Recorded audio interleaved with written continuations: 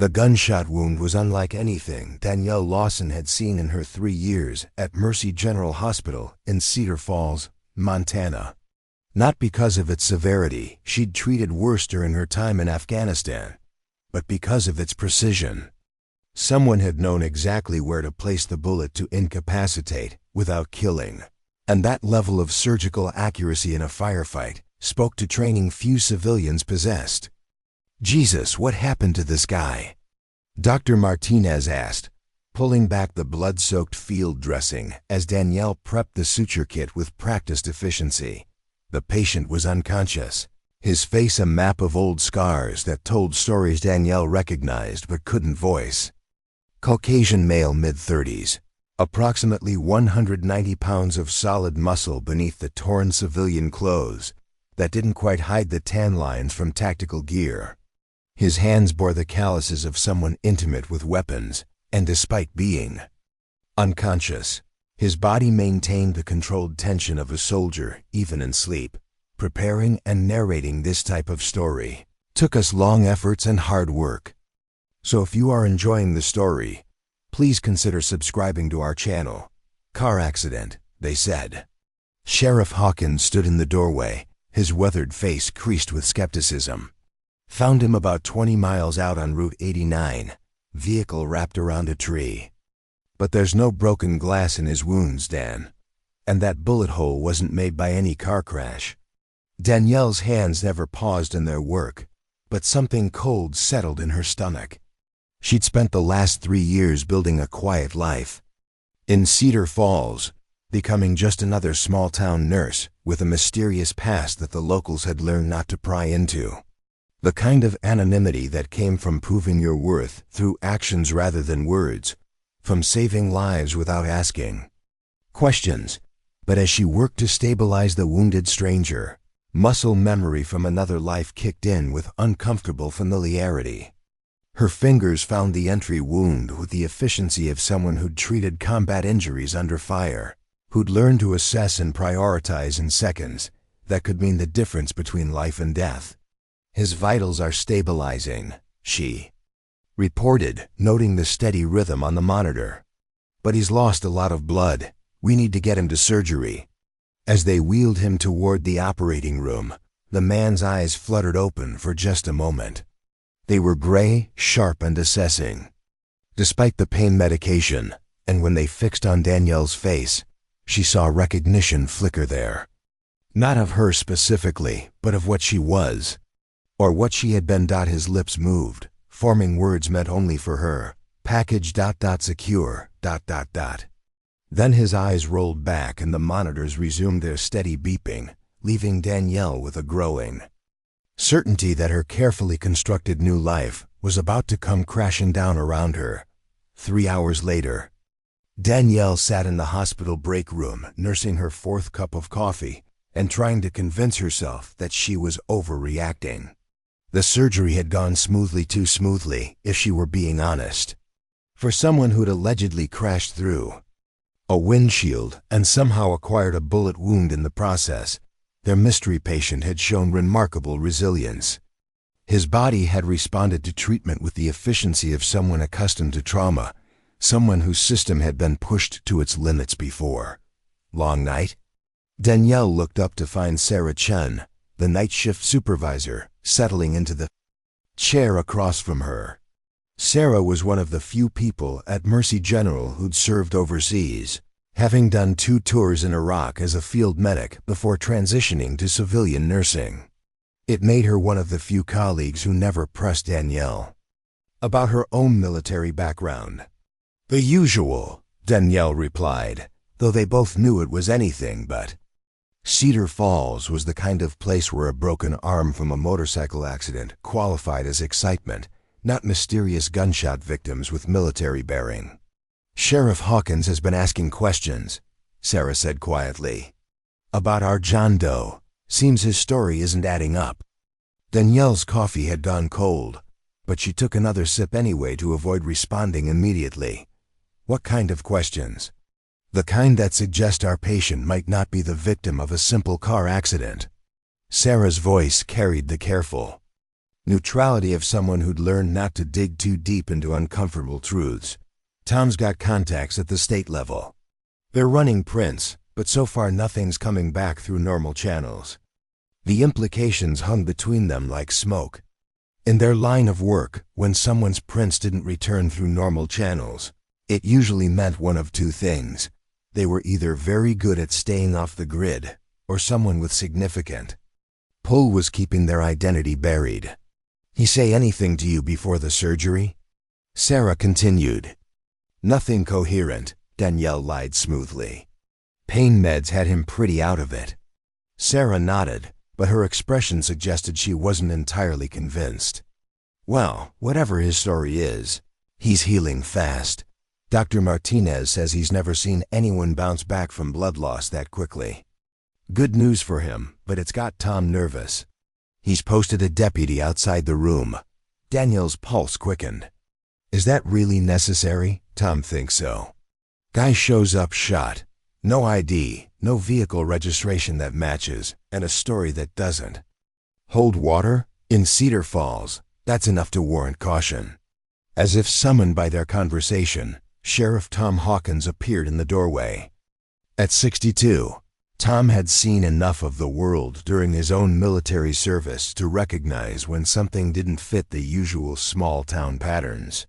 His gray beard was neatly trimmed, his uniform pressed despite the late hour, and his weathered hands rested casually on his gun belt in the way of someone comfortable with the weight of authority. Ladies, he nodded to both of them before focusing on Danielle. Could I have a word, Dan? About our mystery guest. Sarah excused herself with the diplomatic grace of someone who'd learned to navigate military hierarchies, leaving Danielle alone. With the sheriff. Tom settled his considerable frame into the chair Sarah had vacated, his pale blue eyes studying Danielle with the intensity of someone putting together pieces of a puzzle. 23 years I've been wearing this badge, he said finally. Seen car crashes, hunting accidents, domestic disputes turned violent, you name it. But I've never seen a bullet wound like the one our friend upstairs is sporting. Meaning? Meaning whoever shot him knew what they were doing. Clean entry, missed all the vital organs by millimeters, but did enough damage to put him down hard. That's not the work of some panicked civilian or even your average criminal. That's professional. Danielle kept her expression neutral, but her mind was racing. If Tom's assessment was correct, and his military background meant it probably was, then their patient wasn't just someone who'd been in the wrong place at the wrong time. He was either military, former military, or had trained with people who were. What's that got to do with me? She asked. Tom leaned back in his chair, his gaze never wavering. Maybe nothing. But you've got the best trauma training of anyone in this hospital, and you were the first one to work on him. I'm wondering if you noticed anything unusual. The question hung in the air like a challenge.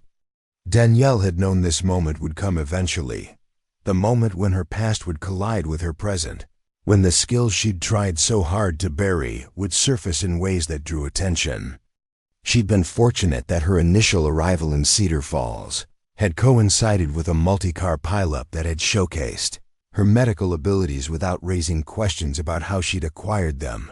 But now, looking into Tom's knowing eyes, she realized that her carefully maintained cover story might not be as solid as she believed.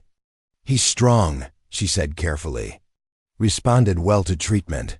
Physical condition suggests someone who takes care of themselves. Military? The word hung between them like a live wire. Danielle felt the familiar tightness in her chest that came whenever her past threatened to intrude on her present. She'd worked so hard to become just Danielle Lawson, RN, to shed the weight of everything she'd been before. Could be, she admitted. But plenty of civilians stay in shape. Construction workers, personal trainers, athletes. Tom nodded slowly, but his expression suggested he wasn't buying the deflection. Thing is, Dan, I've been asking around about you too. Not because I'm suspicious, but because I like to know the people working in my town. especially the ones with skills like yours." Danielle's blood went cold. And it's interesting how little information there is about Danielle Lawson before. She showed up in Cedar Falls 3 years ago. Oh, the basics: check out nursing degree from University of Colorado, clean background check, solid references. But it's all very neat. Like someone took a lot of care to make sure everything looked perfect. The silence stretched between them, filled with unspoken questions and half-truths. Danielle had always known this day might come, had prepared for the possibility that someone would dig deep enough to find the carefully constructed seams in her new identity. But she'd hoped for more time, more distance from the life she'd left behind. "Tom," she began, but he held up a hand. "I'm not accusing you of anything, Dan. Hell, I don't care what name you were born with or what you did before you came here. What I care about is that you've saved more lives in this hospital than anyone else on staff, that you volunteer at the free clinic on weekends, and that you've never once given me reason to question your character." Relief flooded through her, but it was tempered by the knowledge that Tom wasn't finished. "But," he continued, "if our mystery patient upstairs is connected to whatever life you left behind, I need to know. Because if he is, then the people who shot him might come looking for him. And that puts everyone in this hospital at risk." Before Danielle could respond, her pager buzzed with an urgent code. "IQ, room 314. Their mystery patient was awake. She stood quickly, grateful for the interruption, but knowing it was likely only delaying the inevitable conversation. "I should check on him." Tom rose as well, his hand falling naturally to his radio. "I'll come with you." Our guest answered some questions anyway. They walked through the hospital's quiet corridors, past rooms filled with the ordinary emergencies of small-town life. A rancher with chest pains, a teenager who'd broken his wrist skateboarding, an elderly woman recovering from pneumonia. Normal people living normal lives, blissfully unaware that their world might be about to become significantly more complicated. Room 314 was at the end of the ICU wing, positioned so that anyone approaching would have to pass the nurse's station. Deputy Jim Morrison sat in a chair outside the door, his young face alert despite the late hour. At 28, Jim was the newest addition to the sheriff's department, eager and competent, but lacking the seasoned judgment that came with experience. "He's been awake for about 10 minutes, Jim reported as they approached. "Hasn't said much, but he's been asking for the nurse who worked on him." Danielle exchanged a glance with Tom. "Asking for me specifically?" "Said he wanted to thank the blonde woman who saved his life. Described you pretty accurately." They entered the room to find their patient sitting up in bed, looking far more alert than someone in his condition should have been. He'd managed to work his right arm free of the 4 lines, and despite the bandages covering his torso, he moved with the controlled economy of motion that marked professional training. Up close and conscious, he was even more imposing than Danielle had initially assessed.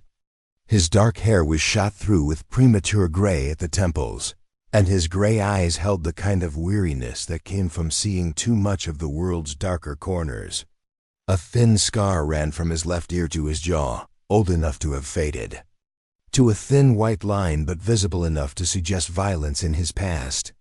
"You're awake," Danielle said, moving to check his monitors with professional efficiency. "How are you feeling?" "Better than I should be, thanks to you." His voice was rough from the intubation, but there was genuine gratitude in it. "I'm sorry if I said anything odd. When I first came in, pain medication affects people differently." Tom stepped forward, his badge clearly visible on his khaki uniform. "I'm Sheriff Hawkins. I'd like to ask you some questions about what happened to you."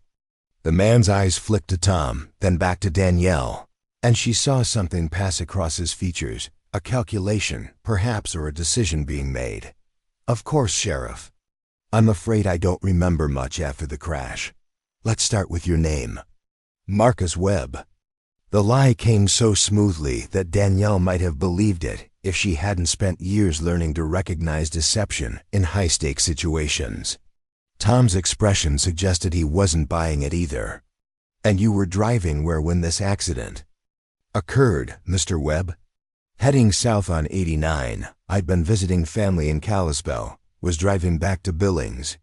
Must have dozed off at the wheel." Another lie, delivered with the same practiced ease. Danielle found herself studying Marcus Webb's face, noting the micro-expressions that gave away his deception. The slight tightening around his eyes, the almost imperceptible pause before answering, the way his hands remained perfectly still, despite claiming to have no memory of traumatic events.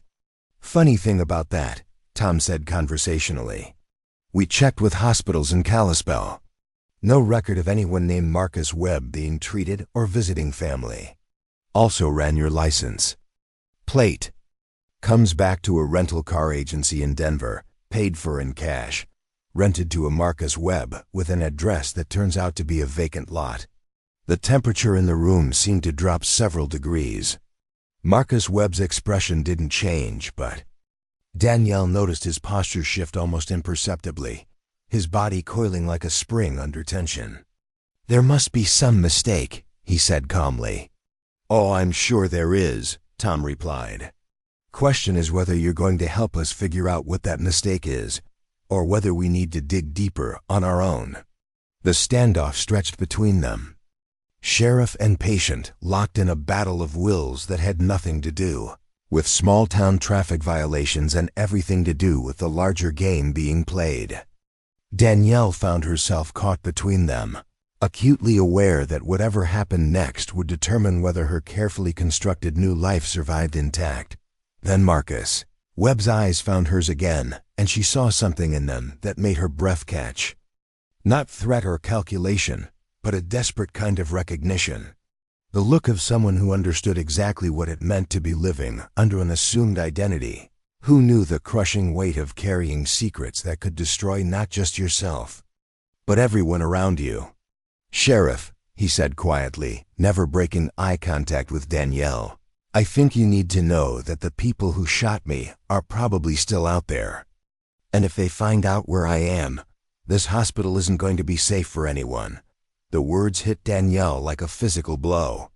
Whatever game was being played, whatever past was catching up with both of them, it was about to explode into the peaceful world she'd spent 3 years building. Tom's hand moved instinctively toward his weapon. "Are you threatening us, Mr. Webb?" "No, Sheriff. I'm warning you. There's a difference." Before anyone could respond, the lights in the hallway flickered and went out, plunging the wing into emergency lighting. In the red glow of the backup systems, Danielle saw Marcus Webb's expression transform from patient to predator in the space of a heartbeat.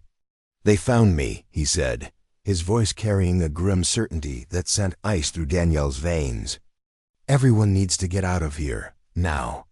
The sound of automatic weapons fire erupted from somewhere in the hospital's lower levels, shattering the night silence and confirming Marcus Webb's worst fears. Whatever past he'd been running from had finally caught up with him, and Mercy General Hospital was about to become a war zone. Tom was already speaking into his radio, calling for backup and coordinating evacuation procedures, but Danielle knew with sick certainty that help wouldn't arrive in time. The tactical precision of the attack cutting power, creating confusion, then moving in with overwhelming force spoke to military-level planning and execution. She looked at Marcus Webb, seeing her own fears reflected in his eyes. Whatever secrets they were both carrying, whatever lives they'd left behind, the past had finally come to collect its due. And everyone around them was about to pay the price. The hospital's emergency protocols kicked in with practiced efficiency. But nothing in their disaster planning had accounted for a coordinated military-style assault. As alarms blared and staff rushed to implement lockdown procedures, Danielle found herself torn between her instincts as a nurse to help evacuate patients and her growing certainty that Marcus Webb was right. The people hunting him weren't going to let innocent bystanders get in their way. How many Webb asked tersely, somehow having produced a small tactical knife from somewhere in his civilian clothes. Despite being unconscious when he'd arrived, Tom's radio crackled with reports from his deputies. Multiple shooters, automatic weapons, moving through the building systematically. They've got the main exits covered, Webb nodded grimly. Professional team. They'll work their way up floor by floor, neutralizing resistance and securing the building. We've got maybe 10 minutes before they reach this level. How do you know so much about tactical assault patterns, Mr. Webb? Tom demanded, but his question was answered by another burst of gunfire from somewhere below. Does it matter right now? Danielle interjected, surprising herself with the authority in her voice. We need to focus on getting people out safely. She was already moving, unplugging Webb's monitoring equipment and grabbing a wheelchair from the hallway. Professional training took over, the same calm efficiency that had carried her through firefights and mass casualty events in another life. I can walk, Webb protested, but Danielle was already assessing his condition with clinical detachment. You lost 2 pints of blood 6 hours ago and just came out of surgery. You can barely stand, much less fight. Get in the chair. Something in her tone must have conveyed the depth of her medical training, because Webb complied without further argument. Tom was coordinating with hospital security, trying to establish safe evacuation routes while keeping his deputies informed of their situation. Sarah's organizing patient evacuation on the 2nd floor, he reported. But they're reporting that the attackers have established positions covering the parking lot. Anyone who tries to leave through normal exits is getting pinned down. Webb's jaw tightened. They're not trying to escape. They're creating a kill box. Standard hostage rescue tactics turned inside out. The implications of his words hit Danielle like a sledgehammer. These weren't ordinary criminals looking for a quick score, or even professional mercenaries trying to eliminate a witness. This was a precision operation designed to trap everyone in the building and systematically eliminate all loose ends, including her. The realization crystallized with shocking clarity. She'd been careful, so careful, to leave no traces of her former life. But if Webb's people had found him here, if they'd connected him to her, somehow ... They're not just here for you, she said quietly, meeting Webb's eyes across the width of the wheelchair. He studied her face with the intensity of someone trained to read micro-expressions, to assess threats and loyalties in split seconds. Whatever he saw there made his expression grow even more grim. Who are you? He asked, but the question carried weight beyond simple curiosity. Before Danielle could answer, footsteps echoed in the stairwell at the end of the corridor. Heavy, measured, tactical boots on concrete.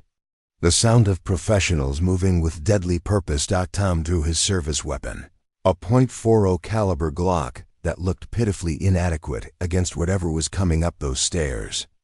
Deputy Morrison had taken position at the opposite end of the hallway, his younger face pale but determined. There's a service elevator at the back of this wing, Danielle said, her mind automatically calculating escape routes and tactical considerations. Leads down to the laundry room in the basement. From there we can access the maintenance tunnels that connect to the building next door. Both men stared at her. The level of detailed knowledge she just displayed about the hospital's hidden infrastructure wasn't the kind of thing a regular nurse would know, especially not someone who'd only been working there for 3 years. How do you know about maintenance tunnels? Tom demanded. The footsteps were getting closer, accompanied now by the soft sound of radio chatter in a language that made Webb's face go white. Russian, he whispered. Private military contractors, the kind of people who don't leave witnesses. Danielle made a decision that would change everything. Because I used to be someone who needed to know about escape routes and defensive positions. Someone who understood that staying alive sometimes meant having backup plans for your backup plans. She was already pushing Webb's wheelchair toward the service elevator, her movements economical and purposeful in a way that had nothing to do with nursing training. Military? Tom asked, keeping pace with her while maintaining his weapon in a ready position. Something like that. It wasn't exactly a lie, but it wasn't the whole truth either. The classified nature of her former work made explanations complicated even under the best of circumstances. And these were decidedly not the best of circumstances. The elevator doors opened with a soft ding that sounded obscenely loud in the tense silence. As they crowded into the small space, Danielle caught a glimpse of tactical gear and automatic weapons at the far end of the corridor.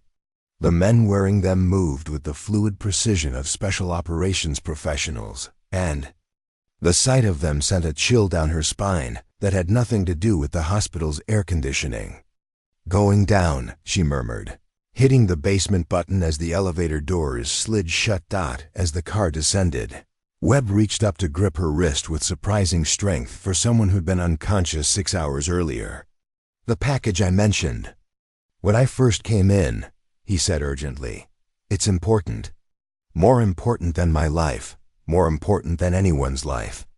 If something happens to me, you need to." "Nothing's going to happen to you," Danielle interrupted. But even as she said it, she knew it was probably a lie. The kind of people who launched precision military assaults on civilian hospitals weren't the type to leave loose ends. "Promise me," he insisted, his grip tightening. "Whatever your real name is, whatever you used to be, promise me you'll see this through." The elevator shuddered to a stop at the basement level, and Danielle found herself looking into the eyes of a man who knew he was probably about to die.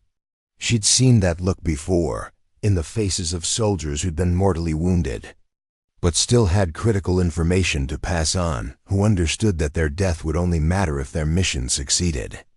"I promise," she heard herself say, though she had no idea what she was promising to do or why she was making commitments to a man whose real name she didn't even know. Webb nodded and released her wrist. "The locker at the bus station downtown. Number 247. The combination is your birthday backwards." Danielle's blood froze. "How do you know my birthday?" But before Webb could answer, the elevator doors opened to reveal the basement corridor bathed in emergency lighting. And standing 30 feet away, automatic weapons trained directly on them, were 3 men in full tactical gear, whose faces were hidden behind night vision goggles and balaclavas. The trap had been perfectly set, and they'd walked right into it. Tom Hawkins had been sheriff of Cedar Falls for over 2 decades, but nothing in his experience had prepared him for the sight of military contractors setting up ambush positions in the basement of his town's hospital. His service weapon was already drawn, but 3 automatic rifles against 1 pistol was math that didn't favor their survival. "Easy now," he called out, his voice carrying the authority of 23 years of law enforcement. "Let's all stay calm and work this out." The lead gunman responded in accented English. "Sheriff, you and your deputy need to step away from our targets. This doesn't concern local law enforcement." "Everything in my county concerns me," Tom replied steadily. "And I'm not in the habit of letting armed men terrorize my hospital." Danielle was rapidly calculating odds and angles, her mind automatically falling back into patterns of tactical assessment she'd hoped never to use again. The corridor offered minimal cover, a few supply carts, some structural pillars, but nothing that would stop rifle rounds. The maintenance access she'd mentioned was another 20 feet past the gunmen, which might as well have been 20 miles given their current situation. Webb was trying to stand, his jaw clenched against the pain from his surgical wounds. "This is about me," he said, his voice carrying across the space between them. "Let the others go. I'm what you came for." "Actually," the lead gunman replied, shifting his weapon's aim slightly, "you're only half of what we came for." His rifle barrel swung toward Danielle, and in that moment she understood with crystal clarity that her carefully constructed new life was over. Whatever identity she'd been running from had finally caught up with her and the people hunting. Marcus Webb knew exactly who she was. The pieces fell into place with sickening certainty. Webb's arrival at her hospital hadn't been coincidence. It had been orchestrated. Someone had used him as bait to flush her out of hiding, to force her into a position where she'd have to reveal her true capabilities. "Hello, Captain Lawson." The gunman continued, using a rank she hadn't held for 3 years. "Your country has need of your services once again." The words hit Danielle like a physical blow. Captain Lawson. A rank, a life, an identity she'd thought was buried so deep that no one would ever uncover it. But standing in the basement of Mercy General Hospital, with automatic weapons trained on her, she realized that some secrets were too valuable to stay buried forever. "I don't know what you're talking about," she said, but even as the words left her mouth, she knew they sounded hollow. Her body language had already betrayed her, the subtle shift in posture, the way her weight had settled onto the balls of her feet, the almost imperceptible cataloging of potential weapons and escape routes that marked professional training. The lead gunman chuckled, the sound distorted by his tactical headset. Captain Danielle Marie Lawson, formerly of the Army's 75th Ranger Regiment, later attached to classified special operations units that don't officially exist.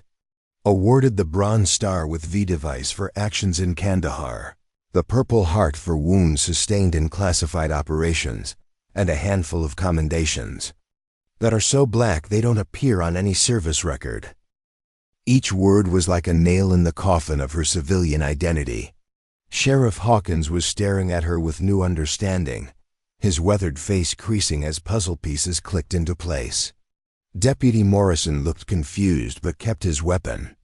Trained on the gunman with admirable discipline for someone so young. "That was a long time ago," Danielle said quietly. "Not so long that you've forgotten your training. We watched the security footage from earlier tonight, Captain. The way you moved, the way you assessed Webb's injuries, the tactical knowledge you displayed, you can take the soldier out of the service. But you can't take the service out of the soldier." Webb was watching this exchange with growing alarm. "She's not part of this," he said urgently.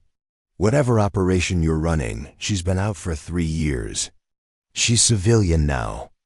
No one is ever truly civilian once they've seen what she's seen, done what she's done." The gunman's voice carried a cold certainty that sent chills down Danielle's spine. "Besides, her particular skill set makes her uniquely qualified for what we need." "Which is?" Tom demanded, his sheriff's training overriding his shock at learning about Danielle's background. The gunman's attention shifted briefly to Tom, and Danielle caught the subtle relaxation in his stance. She'd worked with enough special operations teams to recognize the signs. He was professional, but he wasn't expecting resistance from local law enforcement. That might be an advantage if she could figure out how to exploit it. "The package that Mr. Webb was carrying contains information vital to national security," the gunman explained with the patience of someone delivering a briefing. "Information that certain parties would kill to obtain and others would kill to suppress. Mr. Webb's job was to deliver that package to a secure location. Unfortunately, his route was compromised." "By who?" Webb asked, though his tone suggested he already suspected the answer. "By people within our own government who have decided that some secrets are too dangerous to be exposed. People who would rather see American soldiers die than have the truth come to light." The implications of those words settled over the group like a shroud. Danielle had heard whispers during her service, rumors of operations that went beyond official channels, of decisions made in rooms where accountability was a liability rather than a virtue. She'd hoped never to encounter that world again. "What's in the package?" she found herself asking. The gunman's helmet turned toward her, and though she couldn't see his face, she could feel the weight of his attention. Evidence of a conspiracy that reaches the highest levels of the intelligence community. Names, dates, financial records that prove American service members were deliberately placed in harm's way to cover up illegal activities. Webb's face had gone pale. "The Kandahar operation." "You're talking about Kandahar?" Something cold settled in Danielle's stomach. She remembered Kandahar, remembered it in the nightmares that still woke her in cold sweats, in the phantom pain from wounds that had healed years ago, in the faces of soldiers who hadn't come home because someone had made a calculation that their lives were acceptable losses. Among other operations, yes. The gunman's voice softened slightly, as if he understood the weight those words carried. Your unit was sent into that compound based on intelligence that was known to be false. The target you were told to eliminate was actually a CIA asset who discovered financial irregularities in off-the-books funding. You and your team were meant to be the cleanup crew, and when the job went sideways, we were left to die, Danielle. Finished, the words bitter in her mouth. She remembered the firefight that had lasted 7 hours, remembered calling for extraction that never came, remembered watching good soldiers bleed out because someone in a climate-controlled office had decided they were expendable. Not all of you died, the gunman pointed out, which created a problem. Survivors who might ask inconvenient questions, who might remember details that didn't match the official story. The pieces were falling into place with horrifying clarity. The medical discharge that had come so quickly after her recovery. The generous disability package that had seemed too good to be true. The subtle pressure to disappear, to start over somewhere quiet where she wouldn't attract attention. They bought my silence, she realized. The house in Cedar Falls, the job at the hospital, even the identity documents, it was all a payoff. To keep me quiet about what really happened. And it worked, the gunman agreed. For 3 years you were perfectly content to play the role of small-town nurse.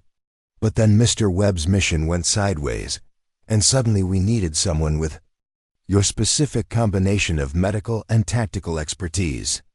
Tom Hawkins had been listening to this exchange with growing anger. So you attacked a hospital full of innocent people to recruit one nurse?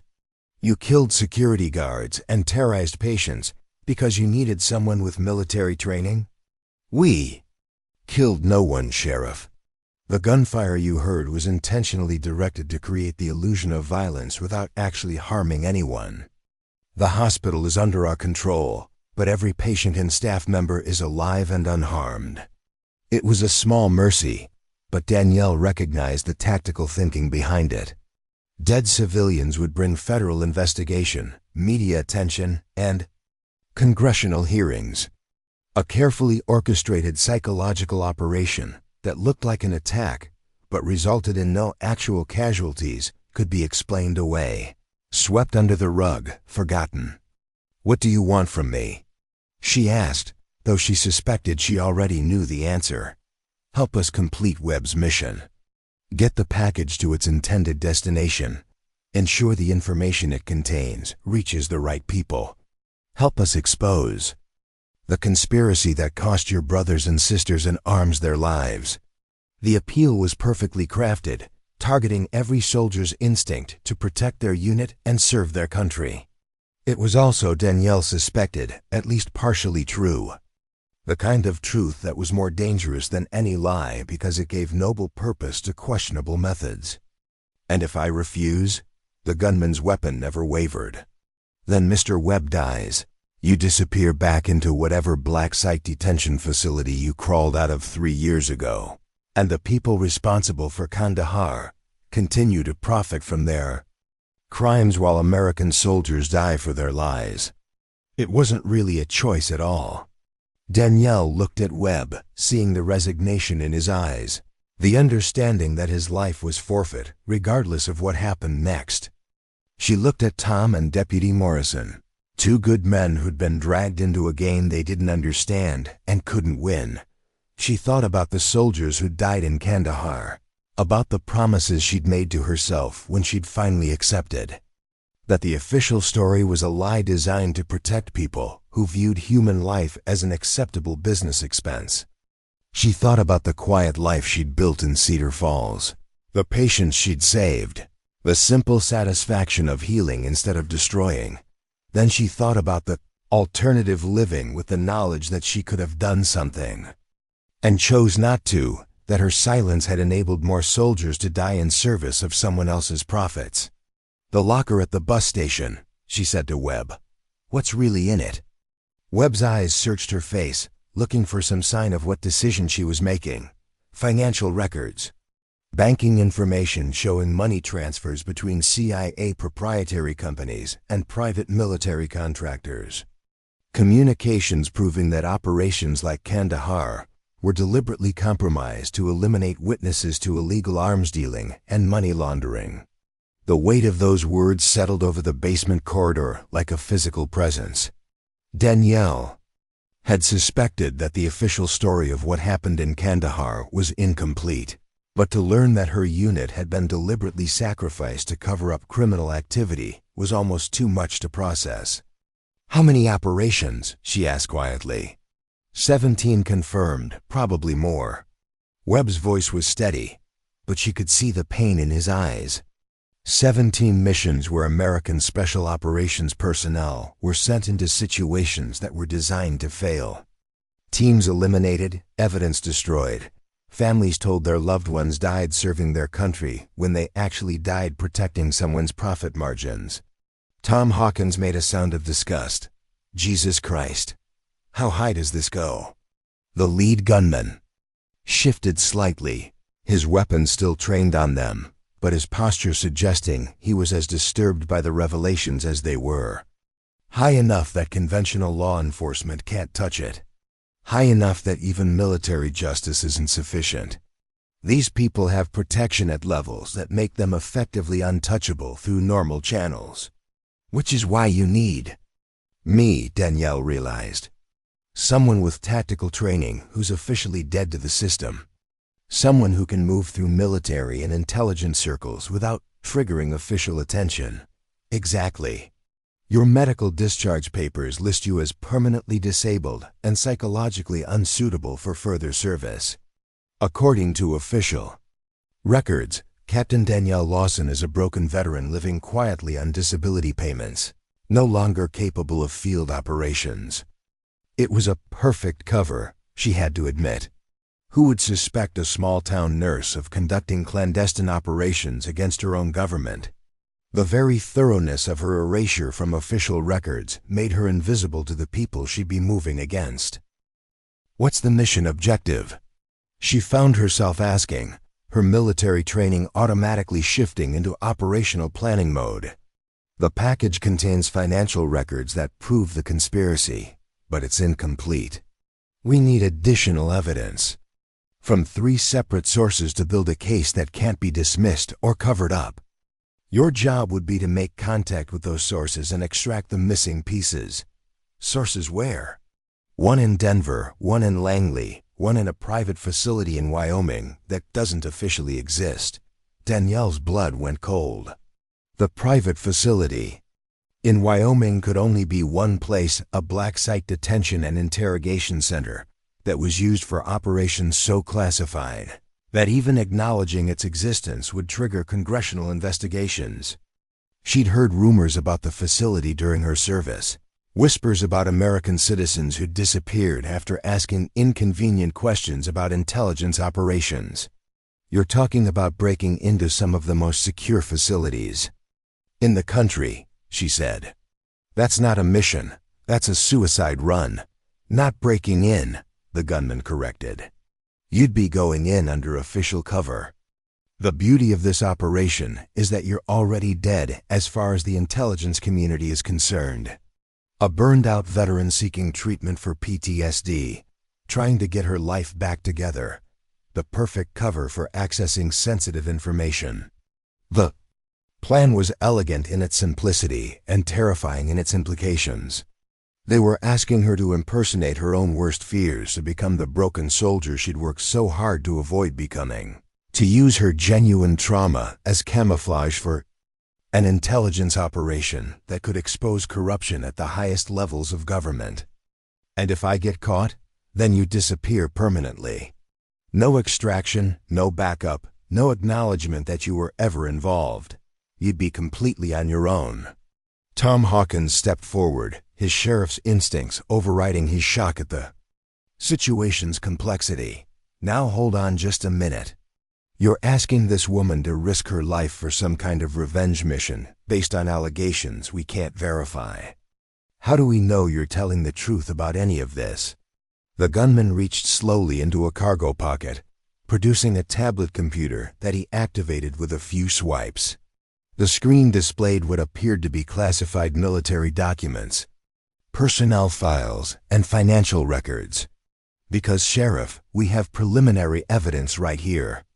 Take a look at the banking records for Pinnacle Security Solutions, a private military contractor that was awarded several no-bid contracts in Afghanistan."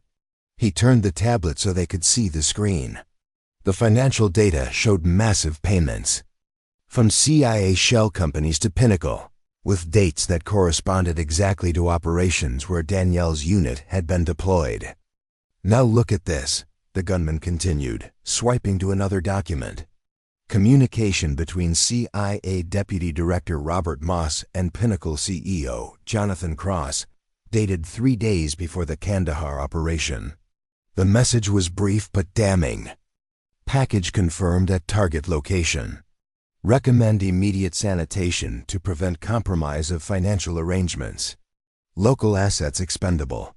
Danielle felt sick. Local assets expendable military jargon for soldiers whose lives were considered acceptable losses in pursuit of operational objectives. Except in this case, the operational objective hadn't been national security. It had been protecting illegal profiteering. "This could be fabricated," Tom pointed out, though his voice lacked conviction. "It could be," the gunman agreed. "Which is why we need the additional evidence from those 3 sources. Banking records from Denver showing the full scope of the money laundering. Personnel files from Langley proving who authorized the compromised missions. And witness testimony from Wyoming from someone who was present during the planning sessions." Webb struggled to his feet, his face pale but determined. "The witness in Wyoming is Colonel Patricia Hayes. She was my commanding officer during the Kandahar operation. She's been in that facility for 8 months, officially undergoing treatment for combat stress, but really being kept quiet because she knows too much." Danielle remembered Colonel Hayes, a tough, competent officer who'd always put her soldiers first. The idea that she was being held in a black site detention facility for trying to expose the truth about Kandahar made Danielle's anger burn white-hot. "How do we know she's still alive?" she asked. "Because they need her alive," Webb replied. "She's insurance against exposure. As long as she's under their control, they can claim that any allegations are the product of combat stress and psychological instability. But if someone could get to her, document her testimony, it would be game over for everyone involved in the conspiracy," the gunman finished. "Which is why they're willing to kill to keep this information suppressed." The basement corridor fell silent except for the distant hum of hospital machinery and the occasional crackle of radio communication from the gunman's equipment. Danielle found herself at a crossroads that would define the rest of her life, however long that life might be. She could refuse, try to return to the quiet existence she'd built in Cedar Falls, and hope that the people behind the conspiracy would be content to leave her alone. But she knew better than to believe that would work.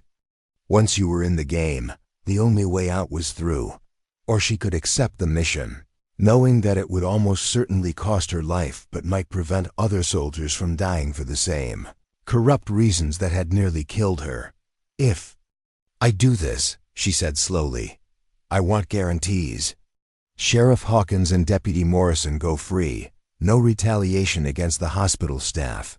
And if I don't make it back, Webb gets medical care until he's recovered enough to testify." The gunman tilted his head, considering her terms. "Agreed. But understand, Captain, once you're committed to this operation, there's no changing your mind. The people we're going after have resources that make the CIA look like mall security. They will hunt you to the ends of the earth if they think you're a threat." Danielle looked at Tom Hawkins, seeing the concern and growing respect in his weathered features. She looked at Deputy Morrison, young and earnest and completely out of his depth. She thought about the patients upstairs, innocent people who'd been terrorized because of her presence in their hospital. Then she thought about the soldiers who died in Kandahar, about Colonel Hayes locked away in a facility that didn't exist, about 17 other operations where American service members had been betrayed by the very people they'd sworn to serve. "I'll do it," she said, and felt the last remnants of her civilian life slip away like sand through her fingers. 2 hours later, Danielle sat in the back of an unmarked SUV speeding south through the Montana darkness, watching the lights of Cedar Falls disappear in the rearview mirror. She'd been allowed to pack a single bag from her apartment, to leave a note for her supervisor citing a family emergency, to say goodbye to the life she'd spent 3 years building. The note was deliberately vague, something about needing to care for a sick relative, uncertain when she'd be back. It was the kind of message that would buy time without raising immediate suspicions, though she suspected that her colleagues would eventually piece together the truth about her sudden departure. Webb sat beside her, looking marginally better, after receiving additional medical treatment from the team's medic. The gunmen had shed their tactical gear, revealing themselves to be a mix of former military and intelligence operatives, who moved with the easy confidence of professionals accustomed to operating outside official channels.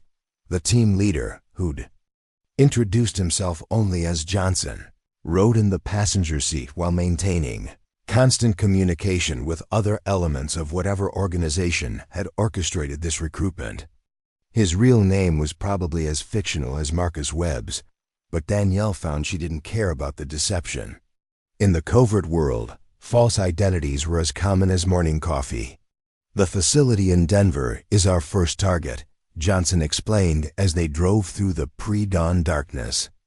"It's officially a private accounting firm called Mountain West Financial Services, but it's actually a front for laundering money from CIA proprietary companies. The banking records we need are stored in a secure server room on the 4th floor." Danielle studied the building schematics on Johnson's tablet, her military training automatically analyzing approach routes and security considerations. "What kind of security are we looking at?" "Standard corporate level. Keycard access, security cameras, overnight guards. Nothing that should challenge someone with your background."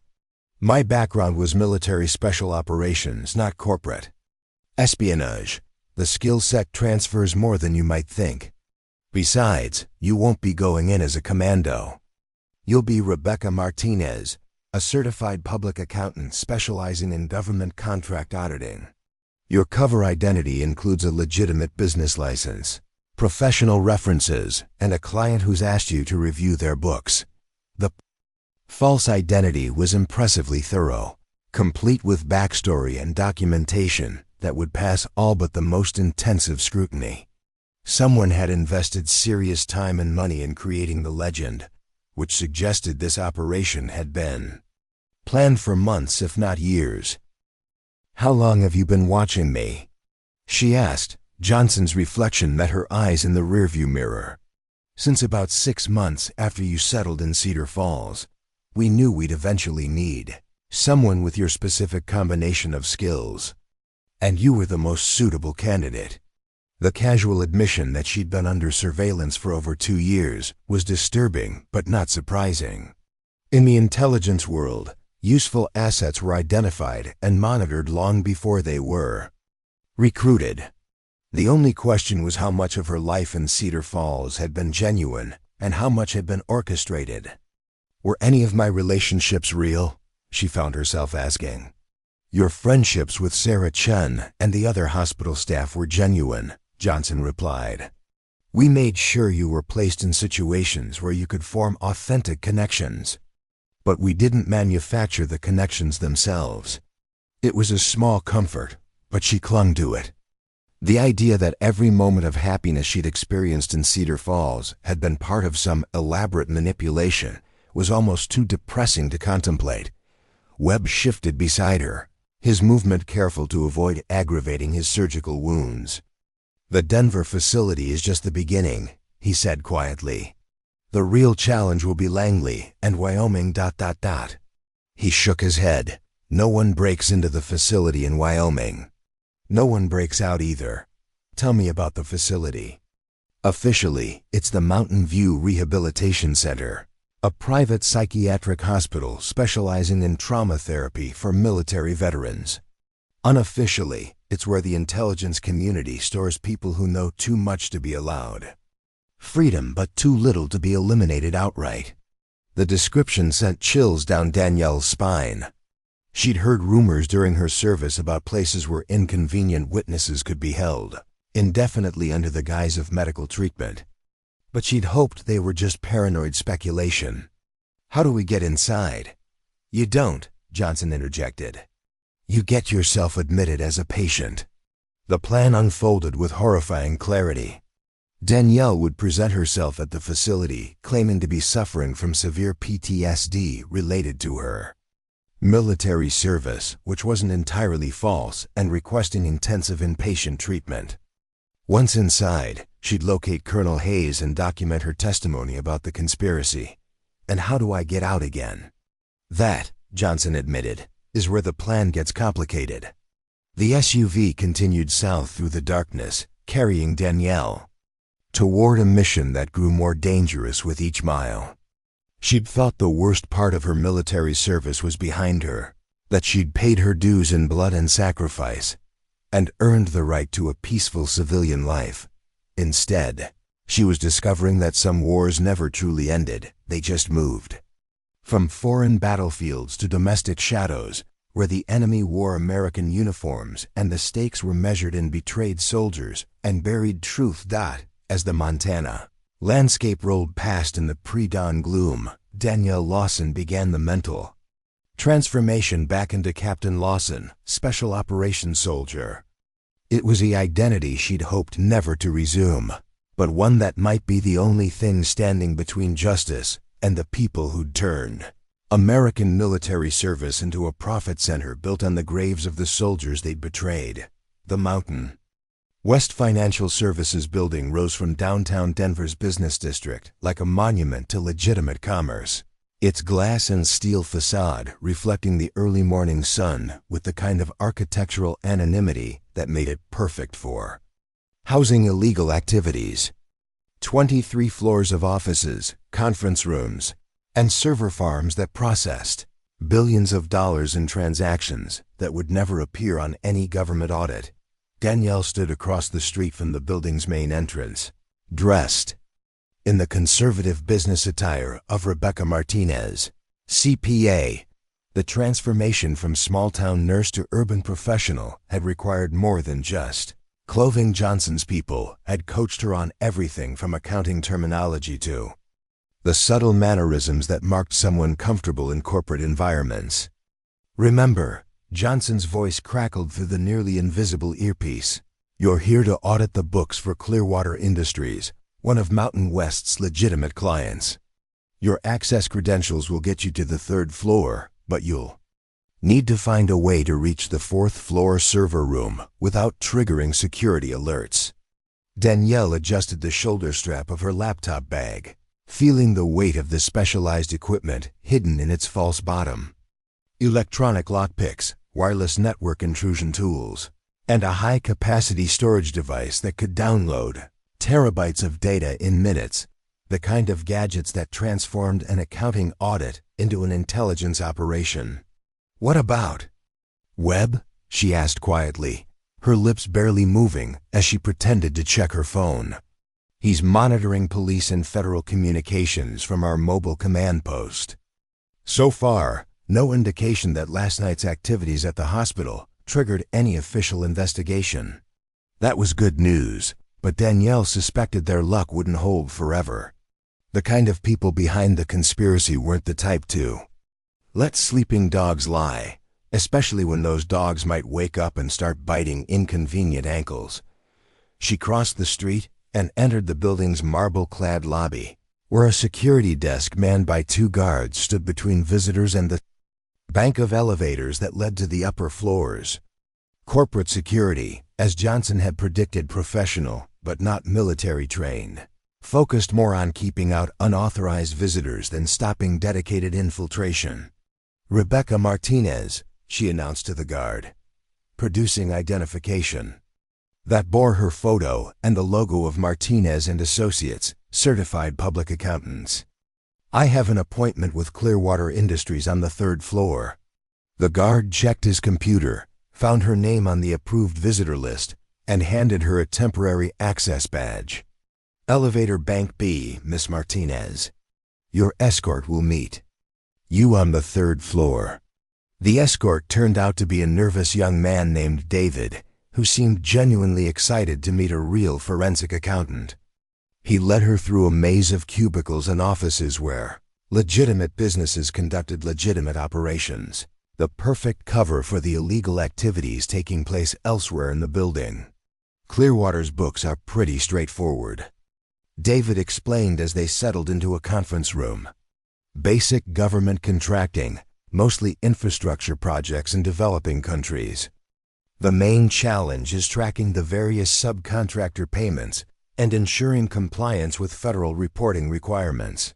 For the next 2 hours, Danielle played her role perfectly, reviewing financial documents and asking the kinds of detailed questions that a real CPA would pose.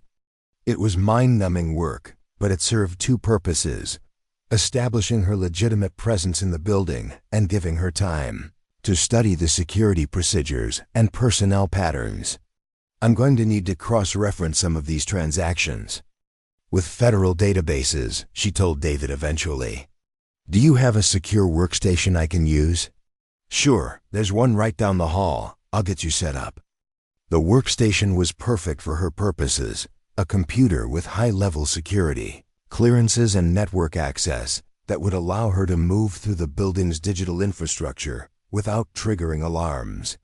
While David busied himself with other tasks, Danielle began the delicate process of mapping the building's internal systems and locating the 4th floor server room. The financial records she was looking for were stored on an isolated network segment that was accessible only from specific terminals within the building. Getting to those terminals would require physical access to the 4th floor, which meant bypassing keycard readers, security cameras, and motion sensors without alerting the building's central monitoring station. "David," she called after identifying a promising approach route, "I need to use the restroom." "Be right back. Take your time. I'll be here working on the quarterly reports." Danielle slipped out of the conference room and moved through the 3rd floor offices with the confidence of someone who belonged there. The building's security cameras were positioned to monitor main corridors and elevator banks, but they had blind spots near the emergency stairwells that she could exploit.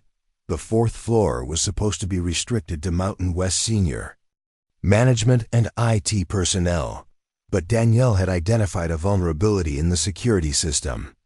The emergency stairwell doors were equipped with magnetic locks that were controlled by the building's fire safety system.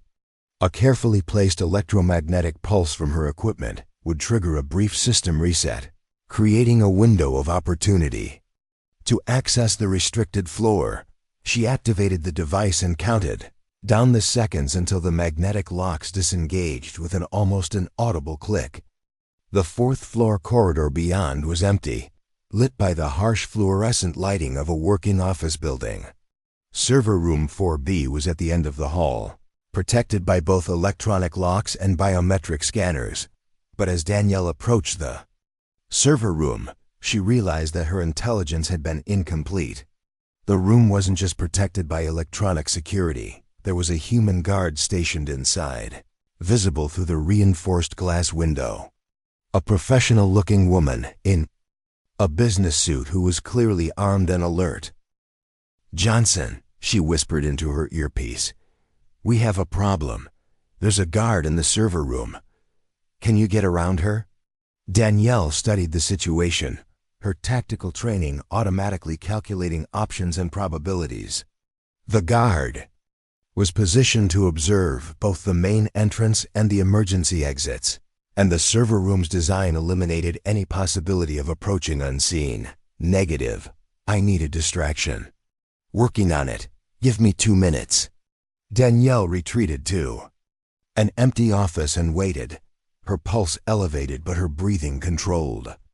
This was the kind of situation she'd trained for during her military service, improvising solutions when careful plans encountered unexpected complications. The building's fire alarm system activated with a deafening wail that echoed through the corridors. Emergency lighting kicked in as the normal fluorescence shut down, and automated voice announcements began directing occupants toward evacuation routes. Through the server room window, Danielle watched the guard receive instructions through her radio headset. After a brief conversation, the woman holstered her weapon and moved toward the emergency stairwell, following evacuation protocols that required all security personnel to assist in building clearance. Danielle gave her 30 seconds to clear the area, then approached the server room door. Her electronic lockpick made short work of the keycard reader, and the biometric scanner was defeated by a sophisticated spoofing device that Johnson's people had provided. The server room itself was a temple to digital storage and processing. Power rows of humming machines that contained the financial records of legitimate businesses and the darker secrets of intelligence operations. Danielle located the specific server bank that housed Mountain West's most sensitive data and connected her storage device to begin the download process. That the files she was stealing contained evidence of money laundering on a massive scale. Hundreds of millions of dollars flowing from CIA proprietary companies through Mountain West's accounts before being dispersed to private military contractors, weapons dealers, and other vendors who operated in the gray areas of international law. As the download progressed, Danielle realized that the conspiracy was even larger than she'd imagined. The financial records showed payments to government officials, congressional staff members, and senior military officers. This wasn't just about covering up botched operations, it was about systematic corruption that reached the highest levels of the national security establishment. "Download complete," she reported to Johnson as the storage device finished copying the last of the files. "But we've got a bigger problem than we thought. This conspiracy involves dozens of people across multiple agencies." "How big?" "Big enough to start a war if it comes to light. Big enough to bring down administrations." The fire alarm continued to wail as Danielle retraced her steps toward the emergency stairwell.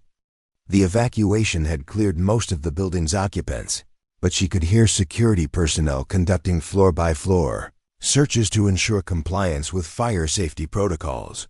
She was halfway down the stairwell when she encountered the first real obstacle, a security supervisor conducting a systematic check of the emergency exits.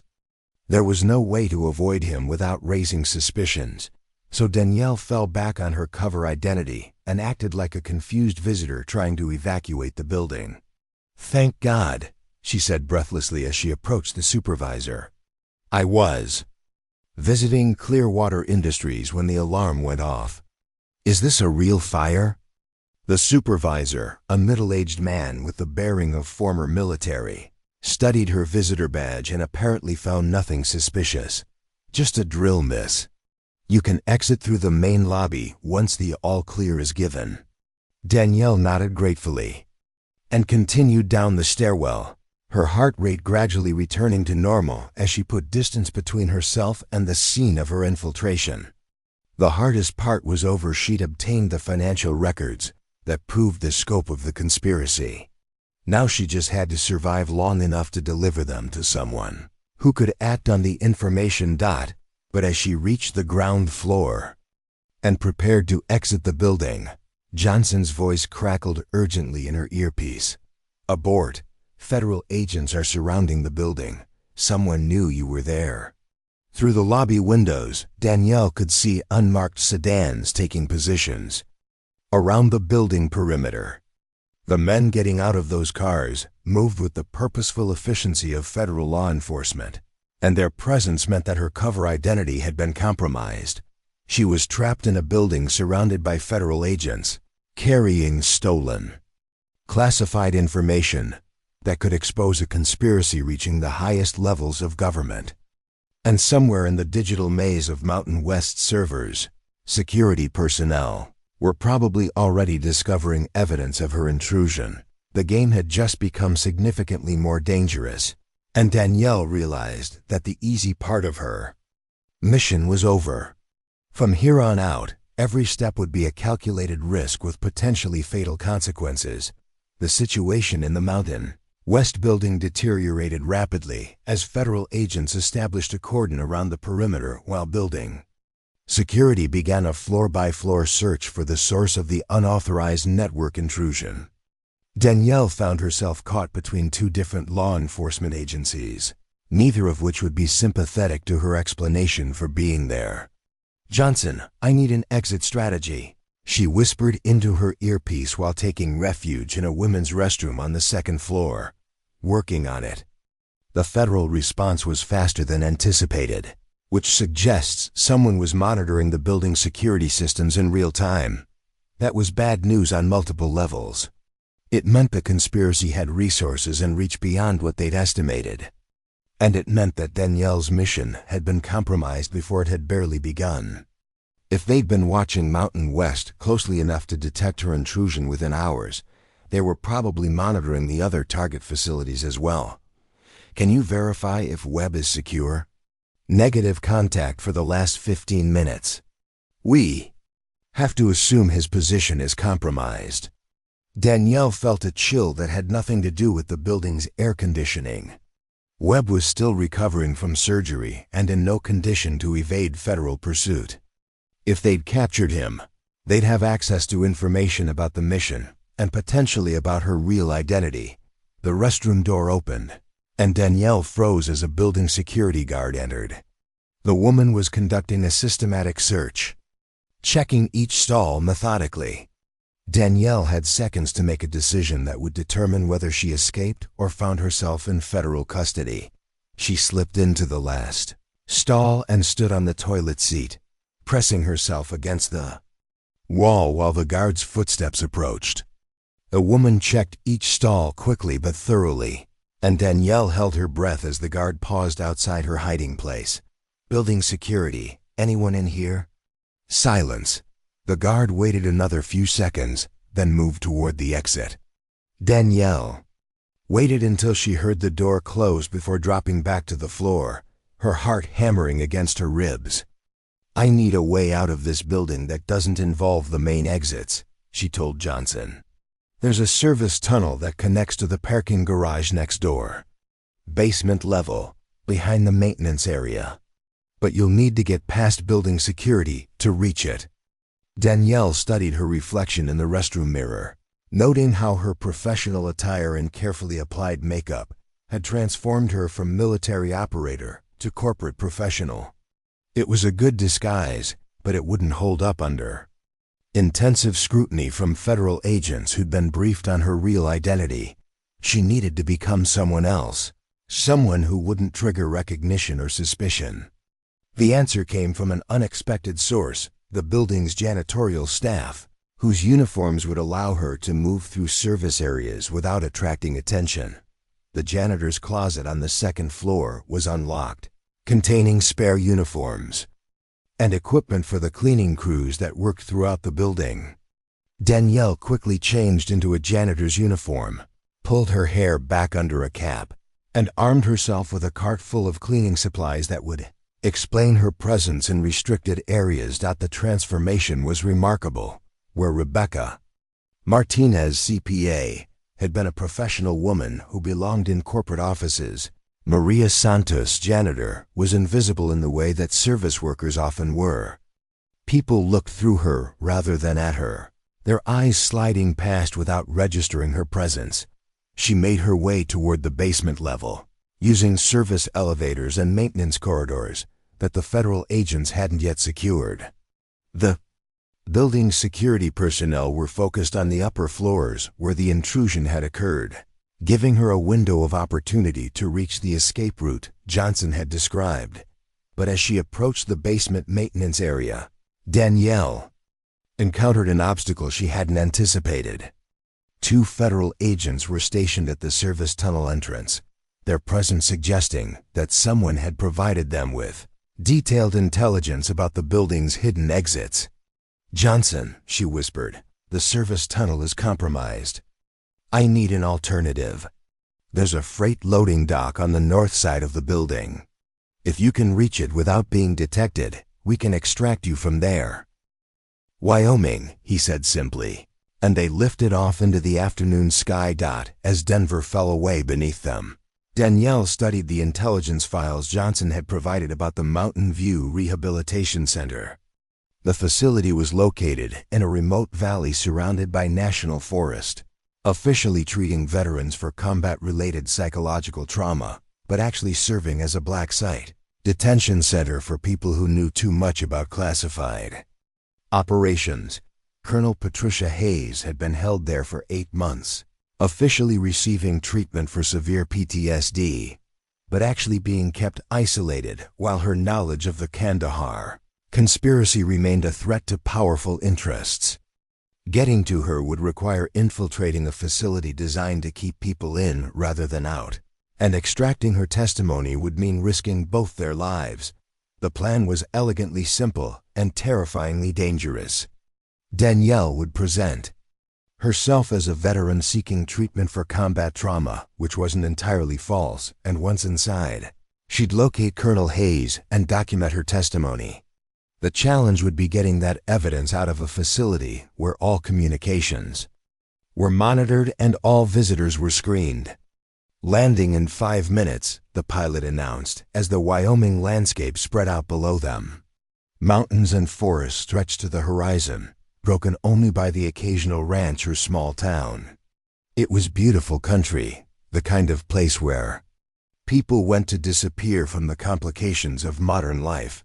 The Mountain View Rehabilitation Center occupied a compound of low buildings nestled in a valley that provided natural concealment from aerial observation. From the air, it looked like any other medical facility parking lots, manicured grounds, and the institutional architecture of government-contracted construction. But as their plane approached the small airport that served the facility, Danielle noticed details that suggested a more sinister purpose. Guard towers disguised as communication antennas, razor wire concealed behind decorative fencing, vehicle checkpoints that looked like traffic control but were positioned to create kill zones.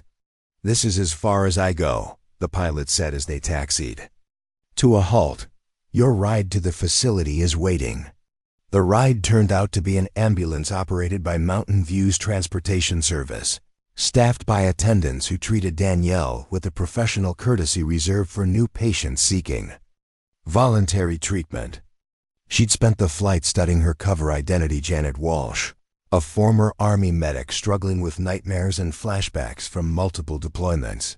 The story was close enough to the truth to be convincing, built around the genuine trauma that Danielle had experienced during her military service. The difference was that Janet Walsh was seeking help for her psychological wounds, while Captain Lawson was planning to expose the people who'd inflicted those wounds for profit. The intake process at Mountain View was thorough and invasive, designed to assess both the patient's psychological state and their potential security risk.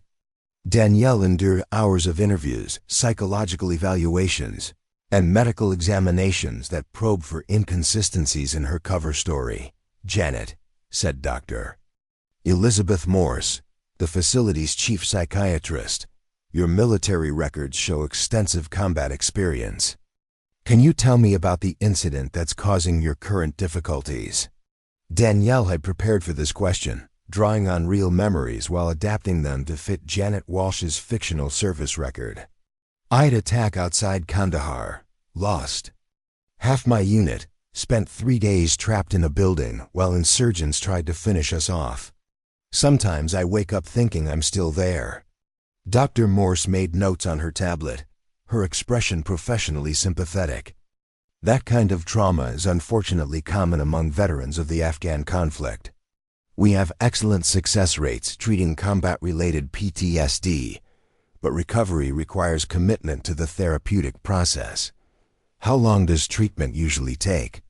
That depends on the individual case. Some patients respond well to intensive therapy and can return to civilian life within a few months. Others require longer-term care to address the underlying psychological damage.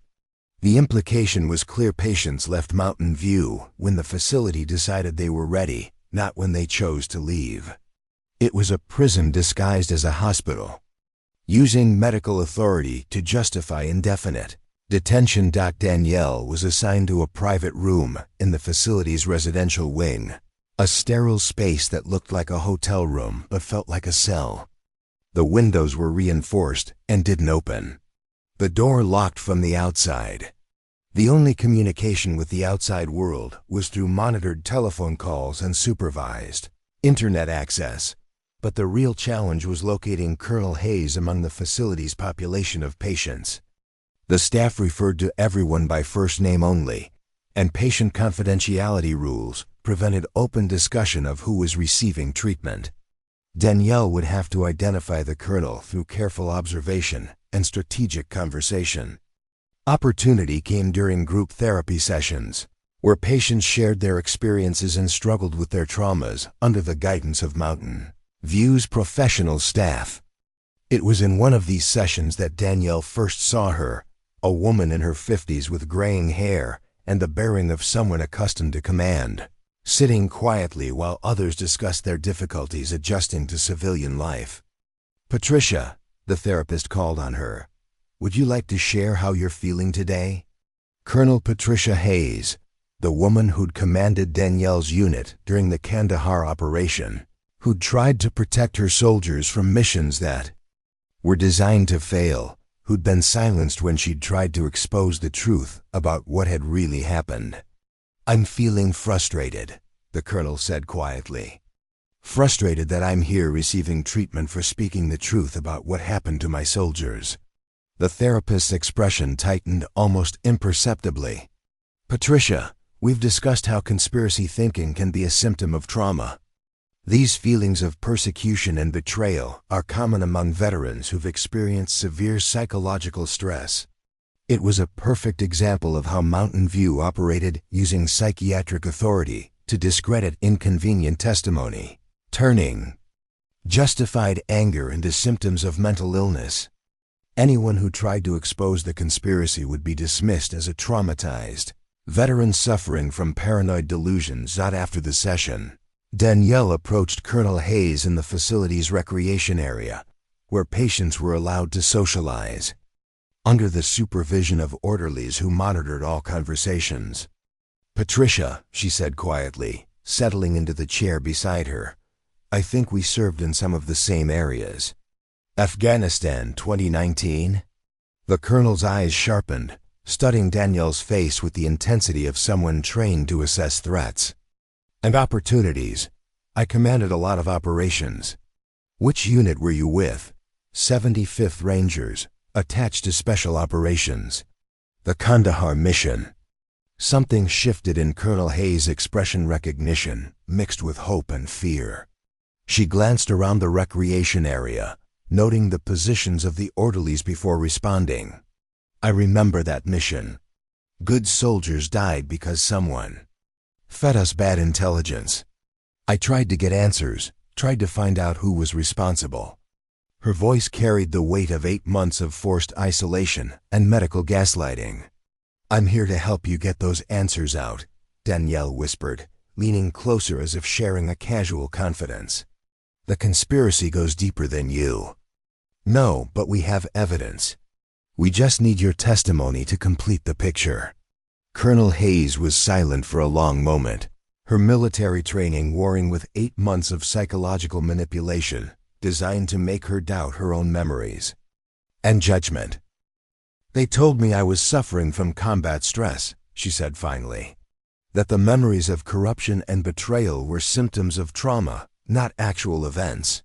After 8 months of being told you're crazy, you start to wonder if maybe they're right." "They're not right," Danielle said firmly. 17 operations, Colonel. 17 times American Special Operations personnel were sent into situations designed to fail. You weren't imagining the corruption, you were the only one brave enough to try stopping it. The conversation was interrupted by an orderly who approached their table with the kind of casual authority that suggested all patient interactions were monitored and controlled. "Ladies," he said with professional friendliness, "it's time for afternoon medications. Patricia, Dr. Morse would like to see you in her office." Colonel Hayes stood slowly, her movements careful and deliberate. As she passed Danielle's chair, she whispered almost inaudibly, "Storage room C7, tonight after bed check. If you're really here to help, prove it." The rest of the day passed with excruciating slowness as Danielle participated in the facility's therapeutic programs while planning her approach to the midnight meeting. Storage room C7 was in the basement level, accessible through maintenance corridors that were monitored by security cameras, but not continuously staffed. At 2:17 a.m., Danielle slipped out of her room using lockpicks concealed in her personal effects and made her way through Mountain View's darkened corridors. The facility's security was designed to prevent escapes rather than unauthorized movement within the building, and her medical background provided a plausible explanation for being awake if she encountered any staff. Storage room C7 was filled with medical supplies and equipment, its narrow confines lit by a single overhead bulb that cast harsh shadows on the walls. Colonel Hayes was already there, looking more alert and focused than she had during the day's therapy sessions. 8 months, she said without preamble. 8 months of being told that everything I witnessed was a delusion, that the evidence I'd gathered was the product of combat stress. Do you know what that does to someone's mind? It's psychological warfare, Danielle replied. Designed to make you question your own judgment, to discredit your testimony before you can give it. Colonel Hayes nodded grimly. But I kept records. Hidden them where their searches couldn't find them. Communications proving that CIA Deputy Director Robert Moss was coordinating with private military contractors to eliminate witnesses to illegal arms dealing. She produced a small digital storage device from inside a medical supply container, its existence hidden by careful planning and 8 months of patient observation of the facility's security procedures.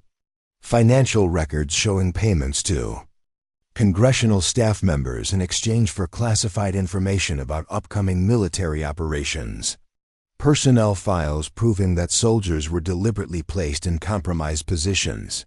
Recorded conversations between Moss and the contractors, discussing which operations should be sanitized. The evidence was explosive direct proof of the conspiracy that had cost so many American lives in service of private profit.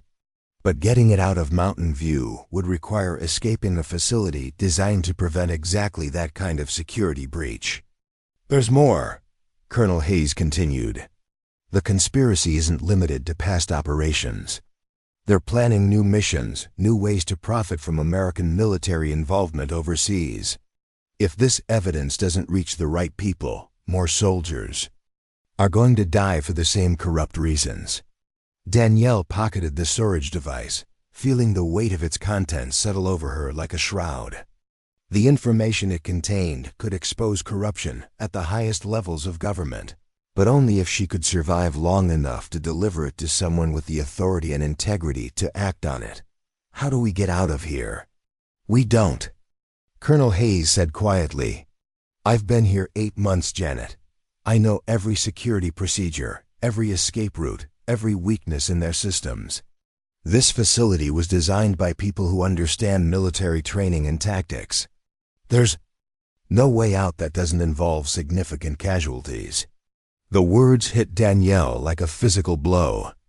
She'd infiltrated the facility, expecting to extract both the evidence and the witness, but she was learning that some prisons were escape-proof by design. But, the colonel continued, there's a way to get the evidence out. The facility's internet connection is monitored, but not completely isolated. If someone could access the communication system and upload the files to a secure server, the person doing the uploading would be caught, probably, but the evidence would be preserved, and eventually it would reach people who could act on. It was a suicide mission disguised as a data transfer, and they both knew it. But as Danielle thought about the soldiers who died in Kandahar, about the 17 other operations where American service members had been betrayed by their own government, she realized that some sacrifices were worth making. Where's the communication center?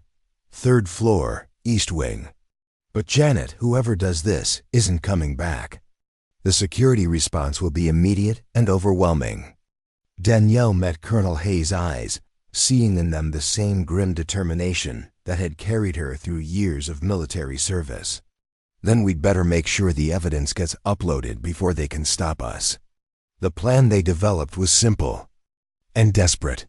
Colonel Hayes would create a distraction by triggering the facility's medical emergency protocols, drawing security personnel away from the communication center.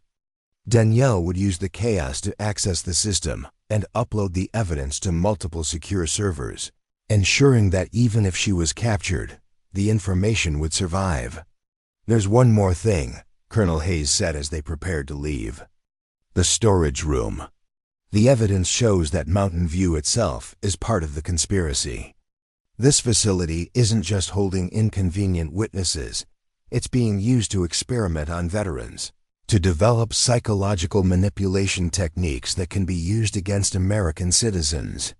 The revelation was the final piece of a puzzle that painted a picture of systematic corruption and abuse that reached far beyond military operations.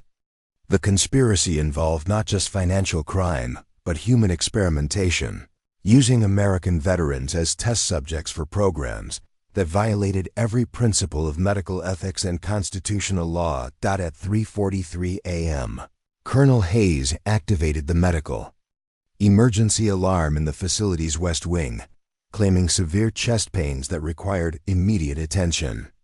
As medical staff and security personnel responded to the emergency, Danielle made her way toward the communication center through corridors that were temporarily understaffed. The communication center was protected by electronic locks and biometric scanners, but Danielle's equipment made short work of the security systems. Inside, she found a room filled with servers and monitoring equipment that processed all electronic communications in and out of the facility. She connected her storage device to the main server and began uploading the evidence to secure servers. Operated by investigative journalists, congressional oversight committees, and military justice advocates. The files transferred slowly, each megabyte representing another piece of evidence that could expose the conspiracy.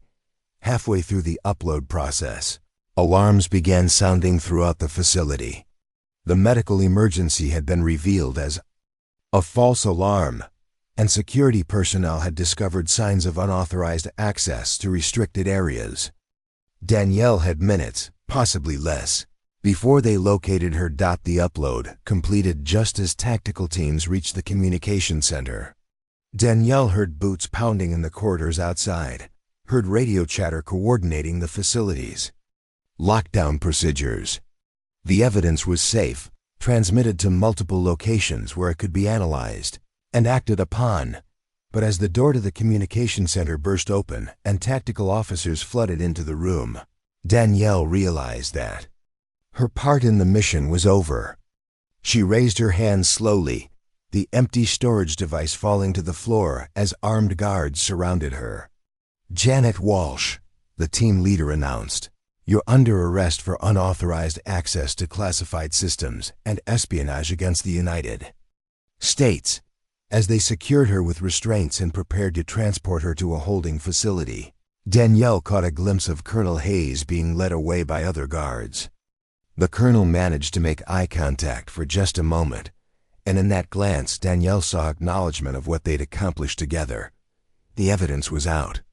The truth about Kandahar and 17 other operations would reach people with the authority to investigate. The conspiracy that had cost so many American lives would finally be exposed, regardless of what happened to the people who'd made that exposure possible. 3 months later, congressional hearings would begin that would ultimately result in the largest military justice investigation in American history. CIA Deputy Director Robert Moss would be arrested along with 12 other high-ranking officials. Private military contractors would face federal prosecution for their role in the conspiracy. The Mountain View Rehabilitation Center would be shut down and its staff prosecuted for human rights violations. The families of soldiers who died in the compromised operations would finally learn the truth about what had happened to their loved ones. Legislation would be passed to prevent similar conspiracies in the future. The military justice system would be reformed to ensure greater accountability and transparency. But Danielle Lawson would never see those victories.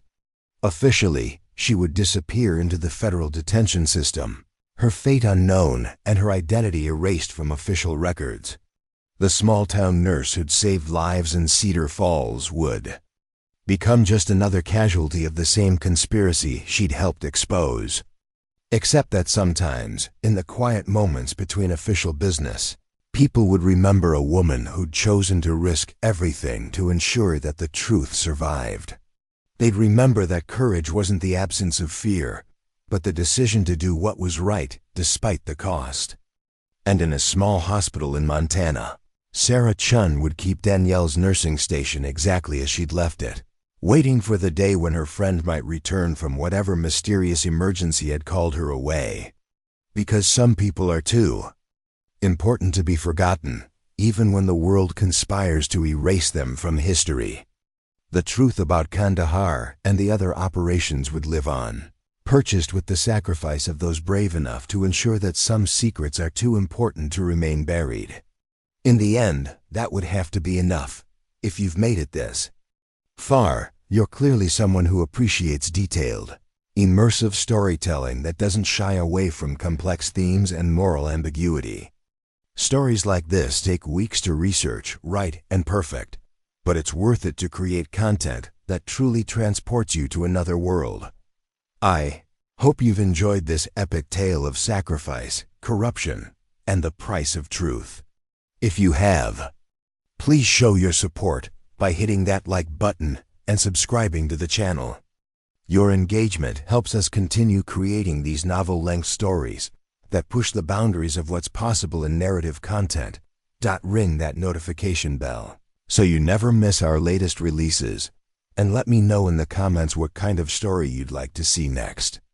Should we explore more military thrillers, political conspiracies, stories of ordinary people caught up in extraordinary circumstances? Thank you for joining me on this remarkable journey.